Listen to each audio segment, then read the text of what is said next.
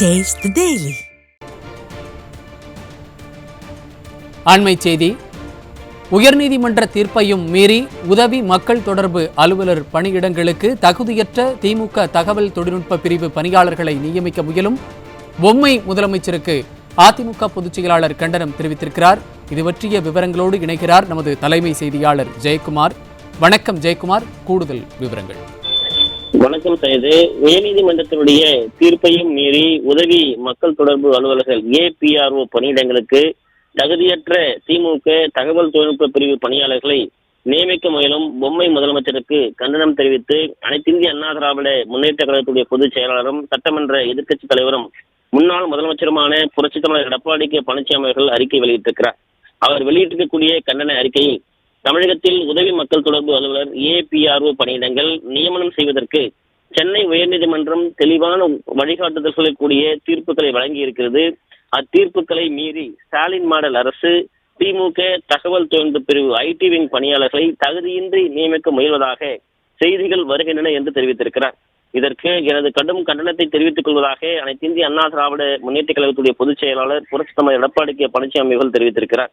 சென்னை உயர்நீதிமன்றத்தினுடைய தலைமை நீதியரசர் தலைமையிலான முதல் பெஞ்ச் 2016ஆம் ஆண்டு வழங்கிய தீர்ப்பில் உதவி மக்கள் தொடர்பு அலுவலர்கள் ஆள் சேர்ப்பிற்கான விதிகளை தளர்த்துவது, தகுதியானவர்களை புறக்கணிப்பது நியாயமற்றது என்று கண்டித்து தகவல் மற்றும் சுற்றுலாத்துறை செயலாளர் மற்றும் தகவல் மக்கள் தொடர்பு இயக்குநருக்கு விதிகளை தளர்த்துவது விதிவிலக்காக மட்டும் இருக்க வேண்டுமே தவிர வழக்கமான நடைமுறையாக இருக்கக்கூடாது என்று உயர்நீதிமன்றம் தெளிவாக தெரிவித்திருக்கிறது என்று குறிப்பிட்டிருக்கிறார்.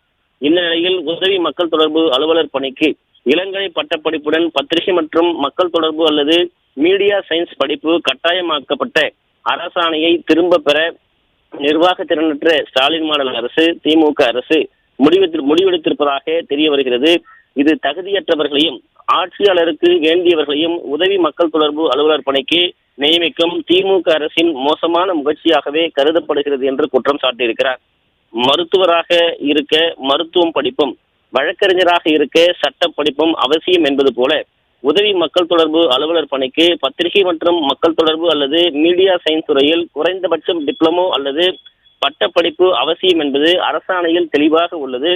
இச்சூழ்நிலையில் திமுக அரசு இந்த அடிப்படை தகுதிகளை புறக்கணித்து திமுக தகவல் தொழில்நுட்ப பிரிவை சேர்ந்தவர்களை பத்திரிகை துறையில் எந்த அனுபவமோ கல்வி தகுதியோ இல்லாமல் தற்காலிக நியமனம் என்ற பெயரில் வயது, ஜாதி, மகளிர், ஊனமுற்றோர் ஒதுக்கீடு விதிவிலக்கு அளித்து நியமிக்க முயல்வதாக தெரிய வருகிறது. மேலும் தேர்தல் ஆதாயத்திற்காக இவர்களை பயன்படுத்துவதற்கான உள்நோக்கமாகவே தோன்றுகிறது என்று குறிப்பிட்டுள்ளார். பத்திரிகை மற்றும் மக்கள் தொடர்பு துறையில் கல்வி கற்று வேலை வாய்ப்புக்காக காத்திருக்கும் ஆயிரக்கணக்கான இளைஞர்களுடைய கனவுகளை தகர்க்கும் இந்த முடிவு தமிழக இளைஞர்களுடைய எதிர்காலத்தை பறிப்பதாக உள்ளது. இதற்கு மாணவர்களை மற்றும் பத்திரிகை துறையினர் மத்தியில் கடும் எதிர்ப்பு கிளம்பியுள்ளது என்று குற்றம் சாட்டியிருக்கிறார்.